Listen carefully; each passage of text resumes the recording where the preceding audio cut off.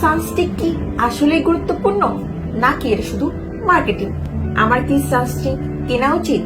সানস্টিক আমি কিনে কিভাবে ইউজ করব, কেনই বা কিনবো? এই সকল প্রশ্ন আমাদের মনে সবসময় ঘুরপাক খায়। আমরা সবসময় বলি সান প্রোটেকশন স্কিনে খুবই গুরুত্বপূর্ণ একটা বিষয়।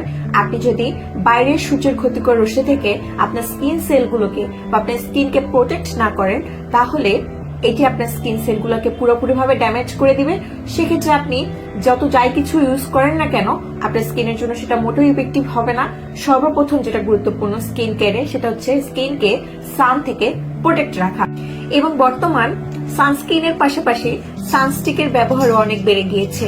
যেহেতু আমাদের 2 ঘন্টা পর পর সানস্ক্রিন রিঅ্যাপ্লাই করার প্রয়োজন সান থেকে স্কিনকে প্রোটেক্ট করার জন্য, সেক্ষেত্রে সবচেয়ে বেস্ট হয় যদি আপনি সানস্টিক ক্যারি করেন, কারণ এটি ব্যবহার করা সবচেয়ে সহজ এবং এটা আপনি বারবার রিঅ্যাপ্লাই করতে পারবেন।